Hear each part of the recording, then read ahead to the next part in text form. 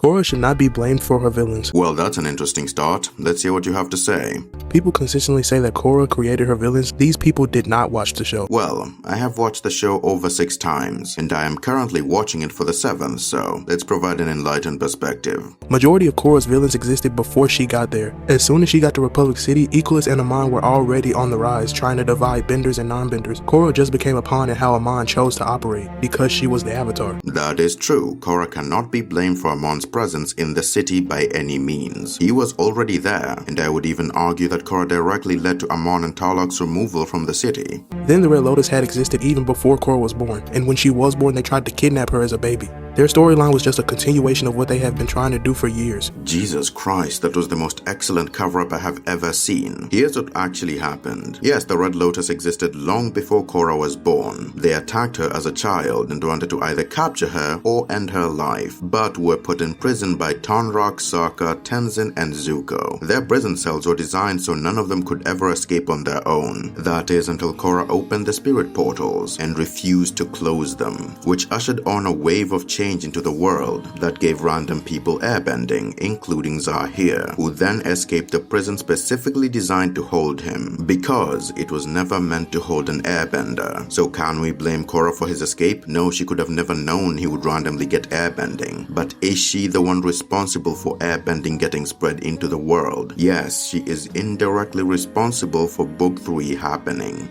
And Kuvira became a villain after Korra's short disappearance. Kuvira just wanted to unite the Earth Kingdom starting out. That's not really villain-like. She progressed as a villain when she started to become an extremist with her methods. Another cover-up. I'm getting more impressed. You forgot to mention that Kuvira would have never risen to power if the Earth Queen wasn't taken out of the picture. Remind me, who removed the Earth Queen again? Ah yes, that would be the Red Lotus. And who is indirectly responsible for their release? Ah yes, that would be Avatar Korra. And I don't care what anyone says, Korra is not responsible for the Spirit Vine weapon. Yes, Korra is the reason that the Spirit Vines are there, but that doesn't make her responsible for people's abuse of the power of the Vines. No, Korra is not responsible for the spirit weapon itself. But again, if you track things down, it leads all the way back to Korra. The weapon was developed under Kuvira's tyrannical regime, which was ushered on by the Earth Queen being removed. She was removed by Zahir, who got airbending from the portals being opened, and Korra opened those portals, which by the way, Varrick got the idea of the spirit weapon from the shenanigans with the spirits in Book 2. Need I remind any of you of who opened the portals again and refused to close them without getting any feedback from either humans or spirits? Which by the way, this same decision led to the deserts being completely uninhabitable because there are now violent spirits attacking anything that goes past there. The same thing applies for Republic City. Spirit vines now inhabit the entire area, leading to countless amounts of property damage and sometimes even humans getting injured. Again, who opened those portals and refused to close them? That would be Avatar Korra. I call this the can of worms. Korra opened it and then a bunch of crap flew out that no one could have ever hoped to control. But what you